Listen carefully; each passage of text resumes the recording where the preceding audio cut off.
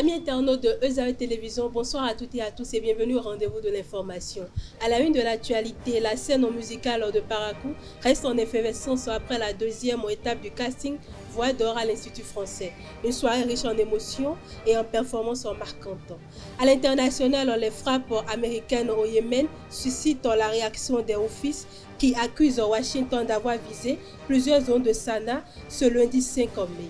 En sport, Parakou a vibré au rythme du tapis sport, une randonnée inédite organisée par l'Institut de Lettres pour promouvoir le bien-être et l'engagement citoyen.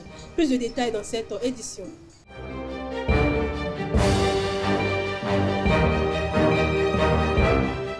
À nouveau, bonsoir mesdames et messieurs. Comme je l'ai annoncé tout à l'heure dans le sommaire, la fièvre musicale continue à Parakou avec la deuxième étape du casting Voix d'Or organisé à l'Institut français. De nombreux talents se sont succédés sur scène sous le regard attentif du jury. Conseils, émotions et ovations ont rythmé cette soirée marquée par la performance d'un candidat qui a su conquérir le corps du public. Un reportage signé Mouidine Lawani Elvi Kongbeto.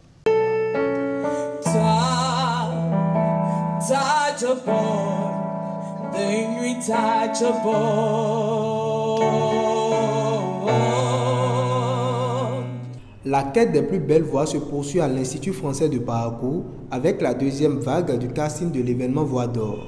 Devant le public, une nouvelle catégorie de candidats s'est présentée sur scène pour séduire le jury et décrocher une place pour le prochain tour.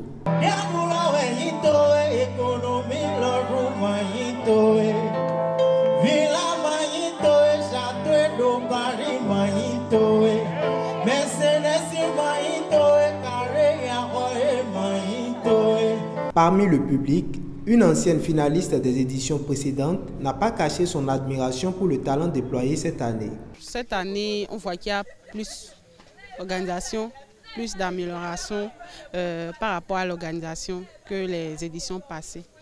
Et il y a vraiment du talent. Les candidats sont vraiment talentueux. Du côté du jury, même constat. Selon l'un des membres, les candidats affichent un potentiel prometteur, mais des ajustements restent nécessaires. Je crois qu'ils ont du talent, mais bon, il reste beaucoup de choses à faire. Beaucoup de choses à faire. Et toutefois, nous pouvons dire qu'à Parakou, il y a beaucoup de personnes qui peuvent exceller dans la musique, dans le chant surtout. S'ils travaillent bien, je pense que ça peut aller. Ils ont de la matière brute, mais qu'ils ne travaillent pas assez à voir tout ce que nous avons constaté comme petits problèmes de justesse, de maîtrise de scène, d'habillement et tout ça. La musique, c'est tout un art et il faut aller à son école. Et donc, même si j'ai le talent et je n'arrive pas à comprendre le sens dans lequel je dois l'utiliser, comment l'utiliser, je crois que ça ne vaut rien. Content, le vainqueur de cette session a exprimé sa joie avec une grande émotion. Déjà pour moi c'est une grande surprise, je ne m'attendais pas à ça. Je pense que c'est ce que tout le monde dit, mais je ne m'attendais vraiment pas à ça. Devant tous les valeureux candidats de ce deuxième casting. Et voilà, je suis fier, je suis content et j'aimerais que ça se poursuive comme ça, que l'aventure continue dans ce sens-là. Voilà. La compétition est lancée plus que jamais et le rendez-vous est pris pour les prochaines étapes de cette aventure musicale. La session Parakou de l'association ITAB a tenu ce dimanche 4 mai sa troisième retrouvaille dans le 3e arrondissement. Sous le parrainage de Cyprien Fonsinou, la fête a réuni plusieurs ressortissants de Bopa, dont le président Kwesi Etienne Tikou et le président honoraire Yakoubou Amoussou. Hommage, animation culturelle et appel à la solidarité ont rythmé cette rencontre placée sous le signe de l'unité. Les participants saluent l'organisation et attendent déjà la prochaine édition. Lors d'une conférence de presse à Cotonou, le Parti Les Démocrates a vigoureusement rejeté les accusations du porte-parole du gouvernement, Wilfried Léandre Rumbedji, évoquant un projet de déstabilisation. Dr Guido Soumitokpe, représentant du parti, dénonce une stratégie de diversion à l'approche des élections de 2026 et exige des preuves concrètes. Il appelle les citoyens à rester vigilants et réaffirme l'attachement du parti à des élections libres et inclusives.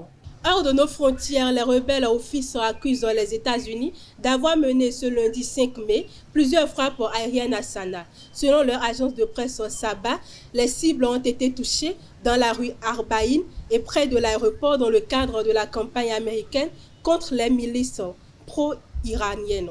La défense civile de Gaza a fait état de 19 morts, dont des femmes et enfants, après des frappes israéliennes dans le nord du territoire. Les bombardements ont visé plusieurs habitations à Gaza et Beit Laïa, autant pour moi, selon le porte-parole Mahmoud Bassal. Et pour finir, dans le sport, ce dimanche 4 mai, l'Institut de lettres dirigé par Martial Okpotian a organisé au stade de Parakou une randonnée sportive baptisée Tapis Sport. Entre matchs, relaxation et panel sur l'économie de lettres, l'événement a connu une forte affluence. Coordonné par Mohamedou Yaya Assouma et Younoussa Mama Chabi, il a été salué comme un symbole de fraternité et de citoyenneté, autant pour moi active. Les enseignants d'EPS professionnels du sport du Borgou se sont retrouvés le 3 mai à Parakou pour célébrer la fête du travail sous la bannière du SINIPS Borgou. Le secrétaire départemental Prosper Zenguedé a lancé un appel à l'unité syndicale. Plusieurs distinctions ont été remises, dont Tabenois Tchango. Des rencontres autant pour moi sportives ont clôturé la journée dans une ambiance conviviale. Pour la 29e journée de la Celtics League Pro, les Buffles du Borgou embêtés à domicile par Banigansé FC qui réussit à remporter les 3 dans les dernières minutes du temps additionnel. Marcel Okpoti pour le reportage. Tels des guerriers, les supporters de Banigansé ont investi le stade municipal de Parakou avec un objectif clair, repartir avec les 3 points de la victoire. Dans les tribunes, l'ambiance est déjà électrique comme un match avant le match. Le coup d'envoi est donné. La première mi-temps est marquée par une forte intensité physique, quelques imprécisions, mais très peu d'occasions franches. Les deux équipes regagnent les vestiaires sur un score nul et vierge.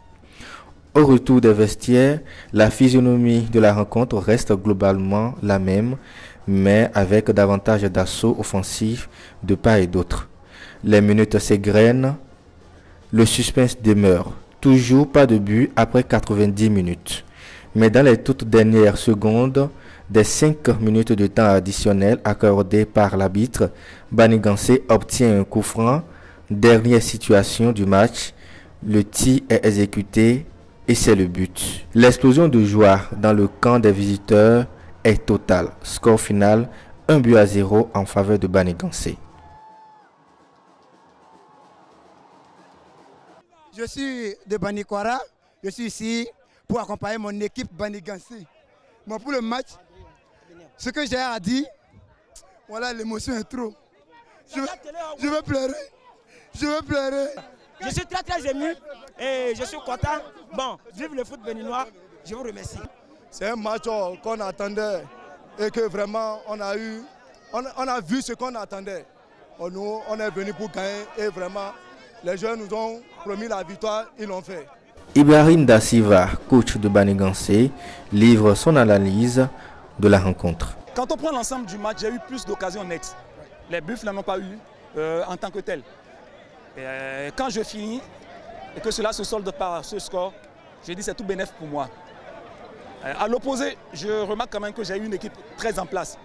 Une belle équipe qui n'a pas dégagé, une équipe qui n'a pas sauté les lignes. C'est-à-dire que quand elle décide de sauter, c'est un choix délibéré de sauter. J'ai travaillé ce soir. Je n'ai pas eu 90 minutes de plus paisible. J'ai cravaché dur dans la tête. Je remercie au fait les joueurs de Buff. S'ils sont à cette position, cela montre réellement que c'est un travail sérieux qui a été fait. On restera 10e encore, donc ça veut dire que ouais, on n'est pas encore sorti de difficultés. Il nous faudra nous battre. Par contre, les Buffs qui ont perdu ce soir sont encore tranquilles. Ouais, donc celui qui a besoin de plus de victoires dans cette rencontre, dans cette belle rencontre, j'allais dire, c'est encore plus et encore toujours Banigansé. Avec cette 6e victoire, en autant de confrontations face au Buff FC du Borgou, Banigansé améliore cette une statistique.